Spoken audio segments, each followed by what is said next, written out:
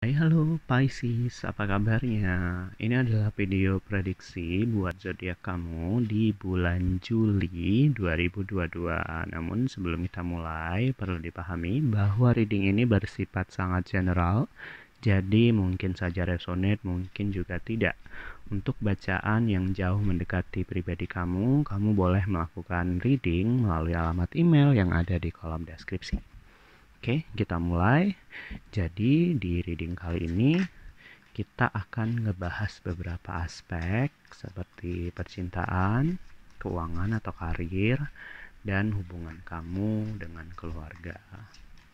Kita mulai yang pertama untuk aspek percintaan. Jadi saya akan ambil 3 buah kartu. Kartu pertama ini untuk Pisces yang masih single. Oke, Pisces yang masih single. Oke, Pisces yang sudah punya pacar dan Pisces yang sudah menikah. Oke. Untuk Pisces yang masih single, di sini sebenarnya terlalu banyak kriteria sih sebenarnya. Ya, siapa sih yang nggak mau punya pasangan yang sebaik mungkin ya gitu ya. Cuma kamu kayaknya terlalu banyak milih nih. Padahal orang yang deketin kamu tuh lumayan banyak gitu, ada lah minimal. Tapi selalu aja yang kamu pandang dari seseorang itu dari segi negatifnya. Dia kurang inilah, dia kurang itulah, sehingga yang kamu mau, yang kamu impikan selama ini tuh tidak ada di mata kamu gitu. Orang-orang yang deket kamu tuh selalu aja ada kurangnya. Ya, nggak apa-apa sih kalau kita emang berharap seseorang yang jauh lebih sempurna. Tapi ketika kamu ngerasa bahwa yang kamu cari tidak kunjung datang, ya mending mengharapkan seseorang yang sudah ada dengan harapan bisa orang tersebut bisa menjadi seperti yang kamu inginkan walaupun tidak 100% sama gitu ya. Ya, kamu harus lebih bisa membuka hati terhadap orang-orang yang sepertinya tulus sama kamu, tapi kamu kadang melihatnya dengan sisi yang lain. Jadi harus bisa lebih mengerti sebenarnya. Nah, untuk yang sudah punya pacar, di sini kayaknya kalian berdua udah punya misi, bukan misi ya, udah punya keinginan gitu ya, udah punya rancangan buat kedepannya tuh seperti apa. Kalian sudah ngebayangin bakal menikah, bakal punya rumah, bakal berkeluarga, punya anak dan lain-lain. Itu semuanya sudah ada di bayangan kalian. Nah, kalau saya bilang ya, ya itu kalau emang udah saling mengerti satu sama lain, sudah mengarah ke situ, ya nggak apa-apa, dilanjutkanlah dengan hubungan yang jauh lebih serius.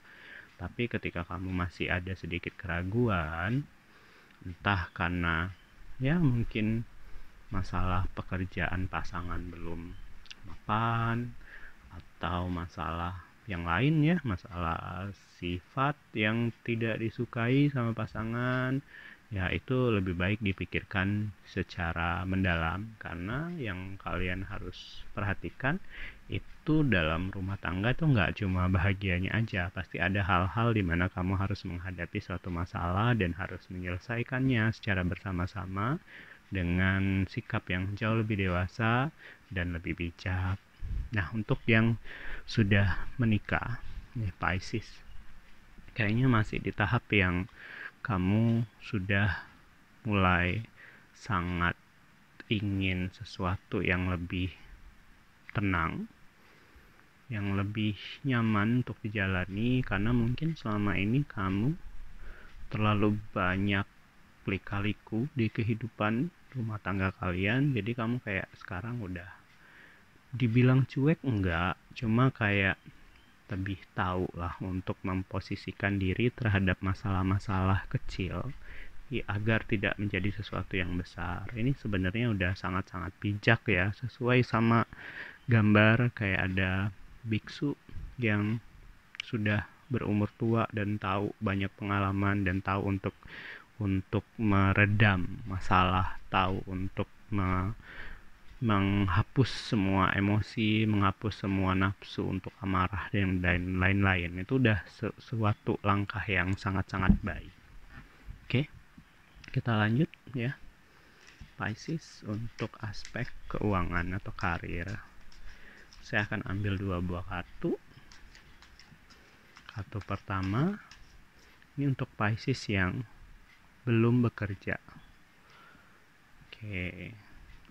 Dan Pisces yang sudah bekerja. Nah, untuk Pisces yang belum bekerja, di sini sebenarnya untuk masalah keuangan masih dalam tahap dimana tidak terlalu mengganggu. Kamu masih bisa mencukupi apa yang menjadi kebutuhan kamu ya. Mungkin ada beberapa orang juga di belakang kamu yang ikut mensupport ya, tapi di sini hal itu tidak selamanya ya bisa kamu miliki.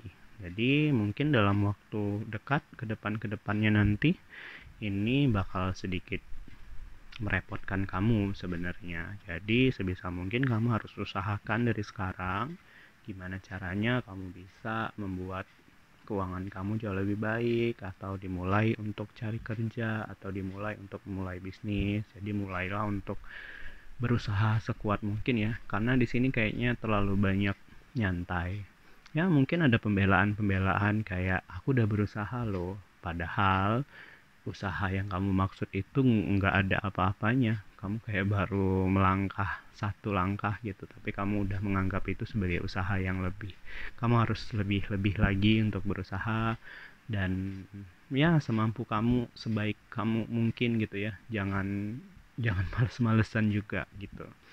Nah, untuk yang udah bekerja di sini sebenarnya ada naik turunnya ya. Mungkin kalau bisa dibilang di bulan Juli ini dalam posisi yang lumayan baik, tapi di kedepannya mungkin aja bisa turun, dan kedepannya lagi mungkin bisa naik lagi. Jadi tidak stabil gitu, ada naik ada turunnya. Nah, jadi kesimpulan yang bisa kita ambil adalah kamu harus bisa lebih mengatur keuangan kamu. Jangan ketika kamu dalam kondisi keuangan yang baik, kamu ingin menghabiskan, membeli apapun yang bahkan terkesan tidak penting di kehidupan kamu, tetap kamu beli. Itu sekedar hanya keinginan, rasa ingin punya sesuatu yang padahal itu belum terlalu butuh. Sedangkan pada saat kamu sedang di bawah, kamu kayak ngerasa sedih gitu karena nggak punya tabungan yang cukup, nggak punya simpanan yang kayaknya bisa untuk diandalkan di saat emang dibutuhkan. Jadi lebih harus bisa menjaga keuangan kamu, harus bisa mengerem keinginan yang sebetulnya sangat-sangat tidak penting. Kamu bisa abaikan untuk sementara. Oke. Satu kartu lagi, hubungan Pisces dengan keluarga.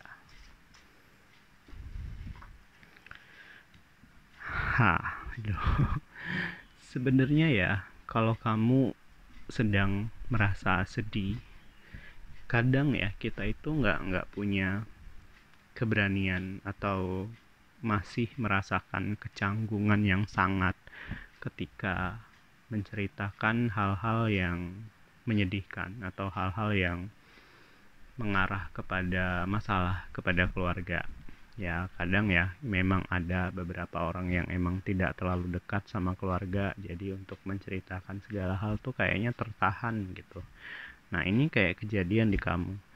Mungkin kamu ngerasa bahwa keluarga itu nggak perlu tahu atas kesedihan yang kamu rasa, atau juga bisa ya mungkin kamu dulu pernah nih mencoba untuk cerita minta solusi atas masalah kamu dengan keluarga, tapi yang didapat itu hanya pengabaian, hanya cuek gitu, kayak nggak ada bantuan sama sekali, sehingga ngebuat kamu ngerasa bahwa ketika kamu ada masalah lebih baik dipendam sendiri dibanding minta bantuan sama keluarga. Well, sebenarnya agak sedikit disayangkan ya, seharusnya kamu bisa minta bantuan sama keluarga, dan keluarga juga harus bisa lebih ada untuk kamu. Mungkin ini disebabkan oleh beberapa faktor, kayak emang keluarga emang beneran nggak bisa bantu pada saat itu karena mereka punya masalahnya sendiri gitu ya. Tapi harusnya dengan kejadian ini tuh tidak ngebuat kamu menjadi renggang sama keluarga.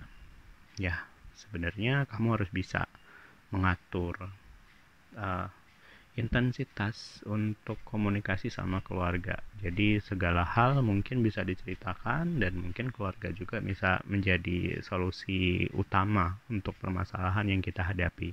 Baru setelah itu adalah orang lain. Oke, semoga kamu paham ya. Semoga kamu bisa mengambil hikmah dari reading kali ini.